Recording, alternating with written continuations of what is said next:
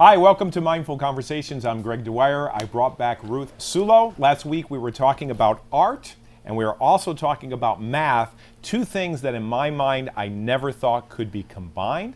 We're going to talk about something that's very controversial today. We're going to talk about teaching and prejudice. Ruth, thank you so much for coming back. Welcome. This is wonderful. So, when we talked about this on the podcast about a few months ago, I was just amazed that a teacher could walk into a classroom and teach something like math, which is logical and has to have the same answer for all, and the teacher could have a filter or a prejudice. How did you discover that? Well, I found when I was teaching in public schools that the advanced classes were all white kids and some Asian. And the basic math classes were mostly black kids and Hispanic. I said, this has to change. And I said, let me think about what I can do to make a difference, you know? Because there's such prejudice that can relate to how kids move themselves through. They feel like there's a stereotype that they need to fit, and that's a problem. Well, one thing I did that I feel very proud of, I set up something called the Big Mac Club. Okay. The Big Mac Club, MAC, stands for Mixed Advanced Classes. And the whole school got a kick out of this, but they got the point. I said, we want to have the advanced classes have all different backgrounds, all different cultures, not the way it is. And the whole country is like that. Maybe even the whole world is like that. Okay. We need to change it. So I set up a partnership with the local McDonald's, and I said, if we have students who are pushing themselves to get into the more advanced math classes, students of color, can you give them certificates and little coupons? They said, sure, of course. And we got into the New Haven Register with a big picture. And I really should have kept that going. And I may start that up again. I think it would be fabulous. That would be. Yeah. So give us an example of how this would work. A teacher's at the board, he or she doing some math. How does it show up? Give us an example of this prejudice. 33 years I spent at the board You doing did? math. Okay, Yes. all right. And I learned this. It was at a teacher's workshop. And the person said, if you're teaching a multicolored, a multiracial group, and a little black child says to you, Miss S, you got any kids? You don't just turn to the child and say, we have to pay attention to this problem. We're not taking time out for side issues. We're just doing this problem. You do the problem. That's what I would do. What would be wrong with that? I don't Because understand why that would be wrong. in black culture, relationships are very, very important, of paramount importance. Okay. And you can easily, for 30 seconds, turn around to that child and say, yes, I have 3 sons and 9 grandchildren. How about that? And you connect with that child, and you go right back to the equation, almost without missing a beat, and you do the problem, and that child is with you because they've connected. You've connected with them. You haven't rejected something that's important. And you haven't scarred them. That Right. one thing of disapproval, you could scar the kid, doesn't want anything to do with math. Right. Okay. Math is often taught as if it's of white culture. There are certain things that are specifically white culture, like having all the chairs in rows, everything is very orderly. You'd never do a math rule with a beat. Like when you add positive and negative numbers, you could say, you add 2 negative numbers and you get a negative number. You add 2 positive numbers and you get a positive number. Positive plus negative, you subtract, you get the sign of the bigger. Well, you could do it with a rap. You could say, and you have to shake your neck when you do it. Same signs add, use the same sign. Different signs subtract, take the sign of the bigger. And they sing it with me, and they put a beat to it, and they learn the rule. And it gives a little validity to a non-white way of doing it. You're making your classroom inclusive, welcoming. Whereas traditionally, black kids feel like strangers in a strange land. Like in a different country. Yep. So it takes awareness. Yes. And do you go into schools or talk to teachers about pulling back the curtain or the filter and saying, maybe you're doing this, maybe I can help you not to do this? Is that what you do? Is that your mission? I do. All right. I do. Just to let people know that you could really know that you're one of the good guys. You are not out there to be racist and hurtful and so forth. But sometimes you're just not aware. of things you do. I would never be aware of how this showed up until you were on the podcast. This is amazing. Yeah. You know, we're not aware of our filters, and this is what we're talking about. A filter or a culture, it's like air or like maybe water. You're not even aware of it until someone points it out to you. Oh, I know. And you could even use different tones of voice when you reprimand kids of color as opposed to sweet little white girls who may be chatting and so forth. Like if you would reprimand a couple of black kids who were talking and say, come on, pay attention, we're doing it. But the little white, all right, come on, you have to do this now, you have to pay attention. You don't even realize you're doing it. You can get yourself videotaped, and you will see how you sometimes will ignore a black child raising their hand. You just don't even see it. That's amazing. Yeah. Yeah. Or you have a different tone of voice, or you'll push some kids and you won't push others. Or if you ask a question and you've called on a black kid, you don't give them wait time. Wait time means you will hold off saying, all right, well, here's how you do it. You'll wait. You give the white kids more wait time than the black kids because you figure they're not going to get it. And we don't realize we're doing it. No, you're not. I don't either.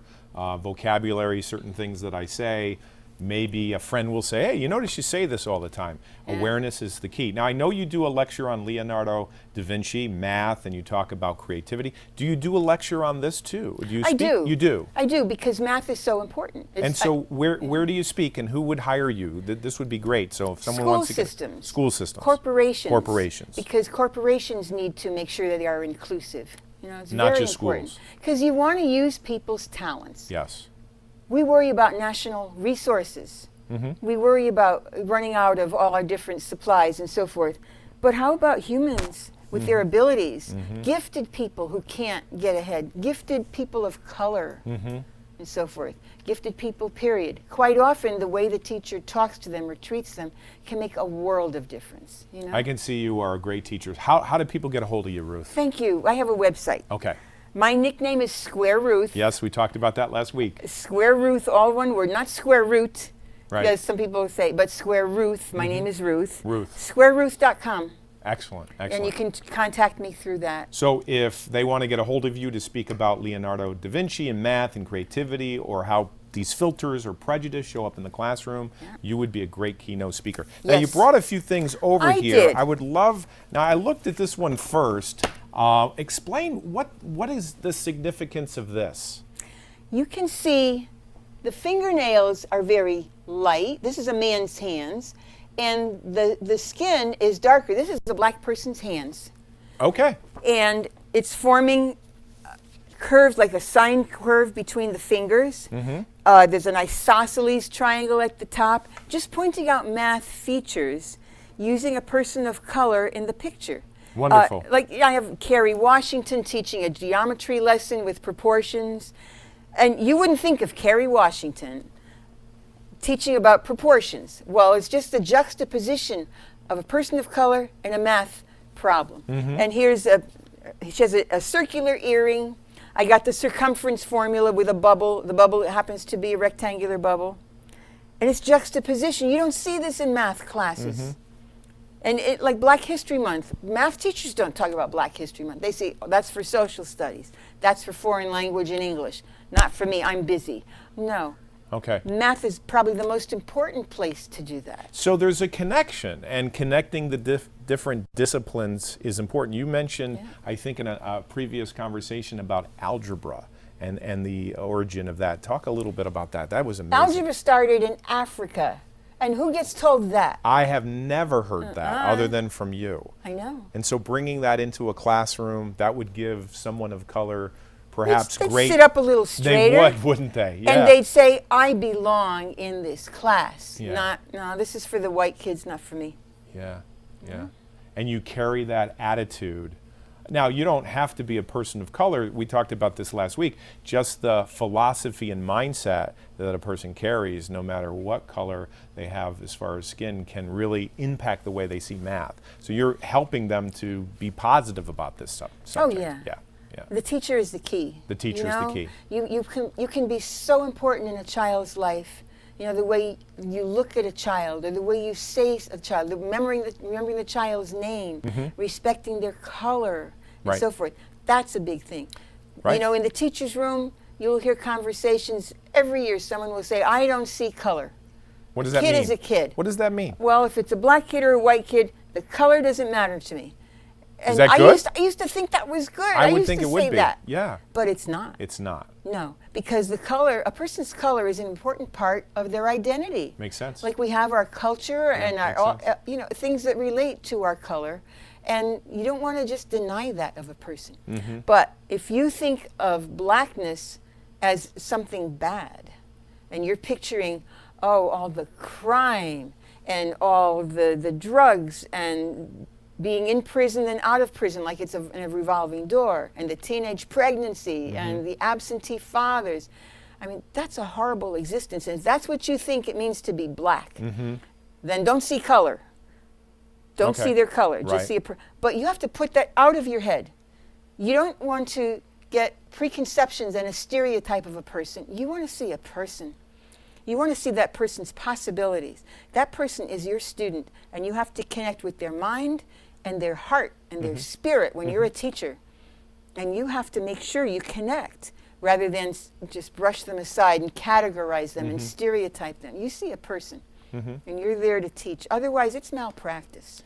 Wow, You know? those are harsh words. Well, even the Yeah. word prejudice, doesn't it mean to Yes, prejudge? prejudge. I mean, that's what you're doing. You Prejudge. see someone, however we do it all the time. We have a circumstance or we meet someone, it doesn't matter what color, and we come to a conclusion, this is how this person is, and there are filters that are, can you get rid of it? I was just thinking that. I was brought up racist. You were. Yeah, I grew up in working class New Haven. We were all racist, and I didn't think anything of it. If you play eeny, meeny, miny, mo, you use the N-word. What? And then one day, my buddy, we were probably 6 years old, she said, we're not going to say that word anymore. We're going to say catch a tiger by the toe. Oh, okay. Catch a tiger by the toe. Yep, because the other word is not nice. I said, oh, okay. That's I didn't not realize. Yeah, I didn't either. I didn't know that. And we all used the N-word in eeny, meeny, miny, mo, but that was the first thing in my life where I said, oh, we have to be careful about this What stuff. year was that? What year was That it? was 60s, in the late 70s? 40s. Oh, the 40s. The 40s. The 40s. I'm that old. Okay, I wasn't sure when this Yeah. culture was, shifting. I thought it Yeah. was more like the 60s when I was, That was still Okay, in the Jim 40s. Crow time. That Okay. was still All right. back of the bus time. Oh, yeah, sure. Before Yeah. civil rights Yep. started. Mm-hmm. And so I saw a transition. But it's in you. It's in the culture. Right. And if those are in your formative childhood years, this may be a lifelong struggle Sure. to overcome. Sure. I may always have those racist thoughts, and you can't help it. Okay. But what you say and what you do and how you choose to see people and how you choose to empower people and how you choose to be, you can fix that, Right. Right. So if it's a lifelong struggle, so what? There's a lot of lifelong struggles. You struggle. You make it your business to treat black people as human beings, Or any culture. Any culture. The other way is Females. Yeah, All- females. yes, Or the the other whole thing thing. is the other extreme where you look at someone that's from Asia and you go, oh, you're from Asia. Oh, you must be really good at math. Yeah. Isn't that a prejudice That thing is. too? That is. Right? It's the same sort of thing. Yeah. And Asian kids sometimes feel terrible because they have to live up to that stereotype. Right. Yeah. They figure into the suicide statistics. They do? They do, yeah. Now, you brought that up. Interesting. How does that tie into school? And I mean, this is a hot topic, whether it's sexual orientation or bullying. Yeah. I mean, how can you stop this or get people to help people that are having difficulties with these things? You need to see people as possibility, and you need to train people to see themselves as possibility. Because if you describe yourself a certain way, this is how I am, this is what I think, these are my habits, those are formed from your upbringing and so forth. It's not really you, it's something you've constructed in your head. Right, it's a map. Yes. The map is not the territory. Now, there's NLP, and Yes. we share that background. Yes. Yeah, so the map is not the territory. Right. Yeah. And Do you what remember you who said that? Do you remember the first guy? Bandler and Grinder. Bandler, yeah. And That's right. the thing is, you have to see yourself as possibility rather than Wonderful. to say, well, this is how I am and that's it. You exist as possibility. That's wonderful. Yeah. And see, so as a teacher, you see students as their possibility. Right. And Yeah, that well, makes a wasn't there a difference. study done where a teacher walked into a room and, she had like 20 kids or he had 20 kids, and the teacher was told, these kids over here have Oh, learning yeah. problems and these kids over here don't have learning problems, and it was all made up. It was It made wasn't up. true, and at the end of the day, these kids got all A's and these kids failed or got D's or C's, and it was only because of the belief and the perception of the teacher. Yes. Do you remember that study? Yes. Oh, it's a famous study. When was that done? I I can't don't remember. know, but you're every familiar. teacher learns it They do. in teacher training. Okay, Yes. that's good. Yeah. Because what the teacher believes the student can do Wow. has a big effect. It has a big effect in how you treat them, how you call on them, whether you push them aside and say, don't take this hard course next year, take this easier course next year. Right. I want you to succeed. Right. Well, no, that's pandering. It is. Yes, you want to push them. You want to say, I'll give you extra help. Take that harder course. Well, you know how this relates, in my mind, is you don't have to be a teacher to apply what we're talking about. That's You true. don't need to be in the school system. How you believe and how you act out is a self-fulfilling prophecy for your own life. If you say to yourself, you know what, I'm really heavy, I'm really not that smart, I'm not going to accomplish anything, and you start saying that and surround yourself with people that are saying that, you're teaching yourself to be failing, right? You're feeding it into You're yourself. You're feeding it. And they say you get what you think about. My mom used to say garbage in, garbage Garbage out. in, She garbage said that all the time yeah. to me when I was a little kid. Yes. Yeah. Yeah, I know. You need to wake up every day And? be thankful for the sun, be thankful for the grass, be thankful that you have 2 feet you can put Yeah. on the floor and walk Yes, and yes. say, all right, I was given a brain. Was it given to me for me, or was it given to me to make a difference in this Yeah. world and help other people? And how you Yeah. wake up and how you prime yourself and how you start your day has an impact on your full day. Yep. I was just listening to Rick Steves, the guy that does travel, and he's on PBS, and he was talking about traveling all over the world to recognize that some people are living on $1 a day, some people are living on $30 a month, and how we've been blessed and how we ought to be grateful. And I think that filter helps us to connect more with people. If we're thinking about the traffic or the bills or how things are terrible in our life, we tend to take it out on other people. We do. Mm-hmm. Yeah, we need to be self-aware. Self-aware is the key. Yeah. And I can tell you're a very self-aware person. Thank you. Very self-aware. So, and you have your own television show. I do. Talk about that. Oh, my television show is called Square Ruth. Right. And you can get all my episodes on my website, which is squareruth.com, or even just on YouTube. Okay.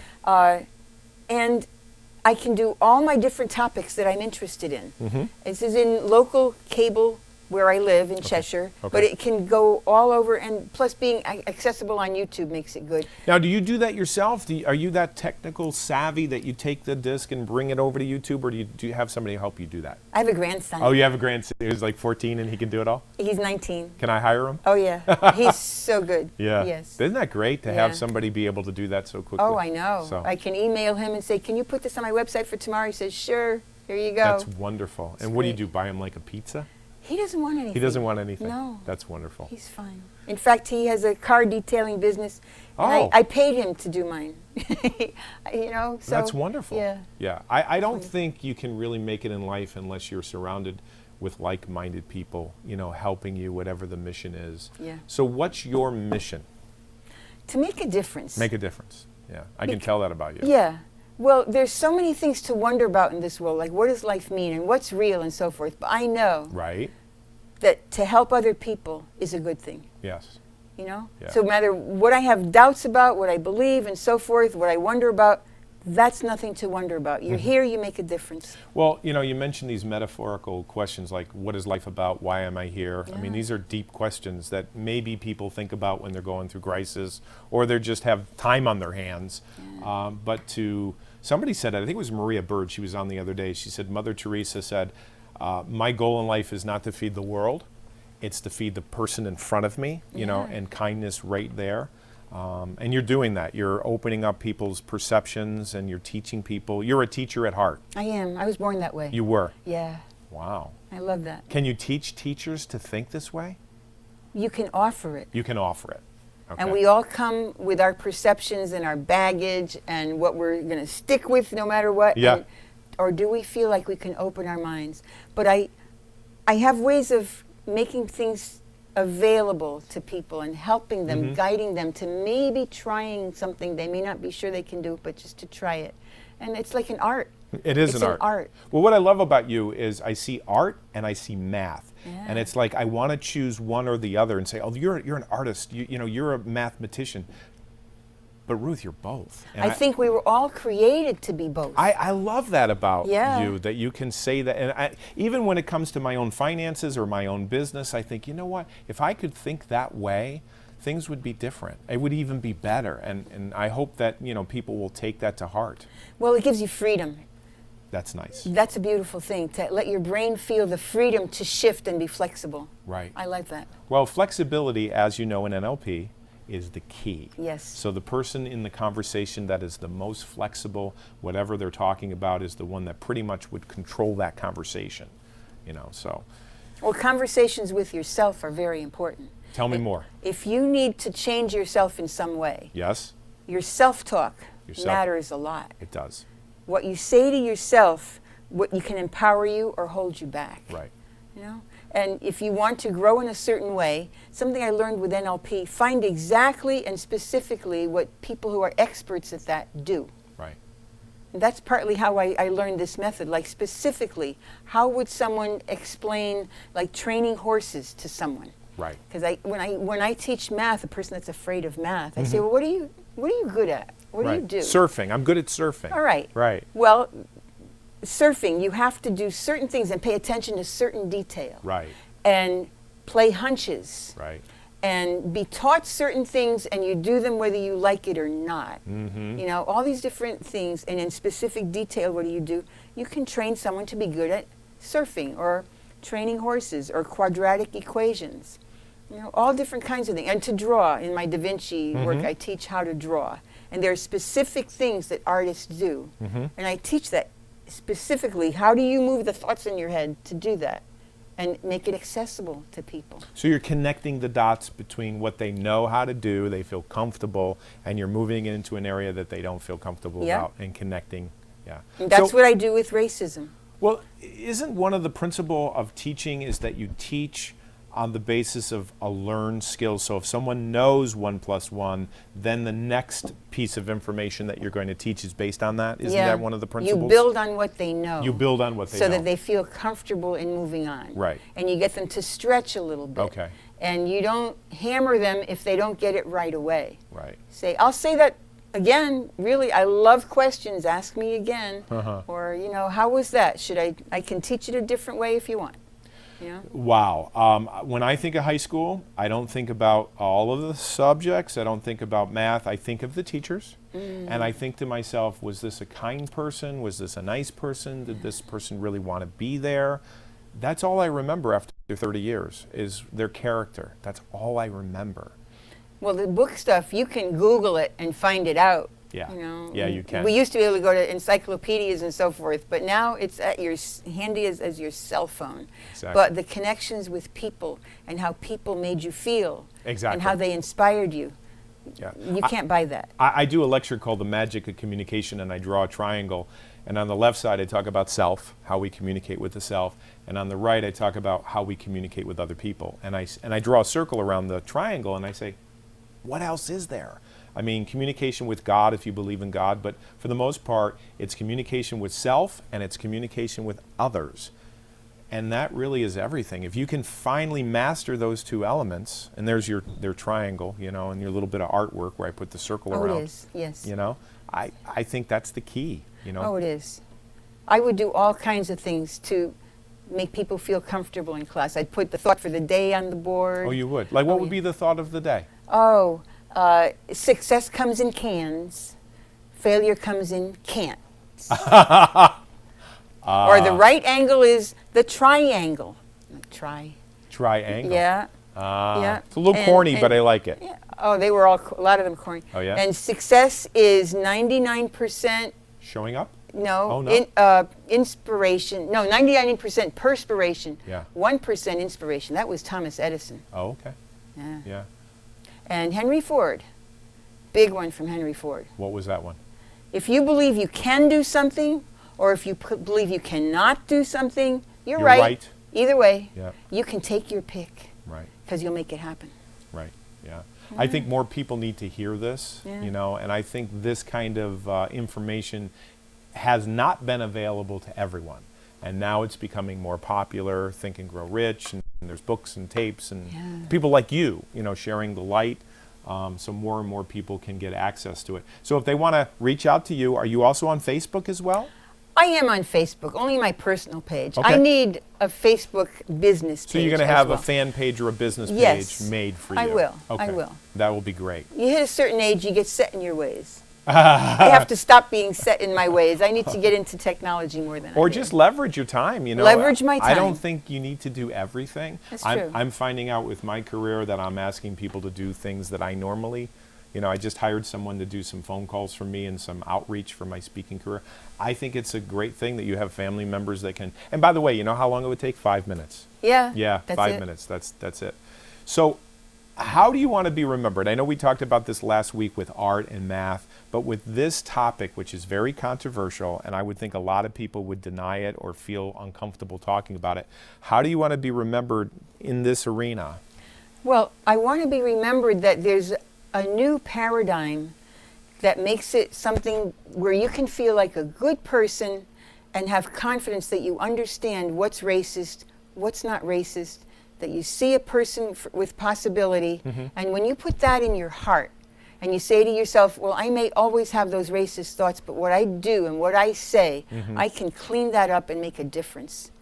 You know? Yeah. I would like to have that out there because you can function that way. A lot of people feel like they know they're good guys, but Sure, okay. they don't know how to deal with this stuff, and it's so confusing.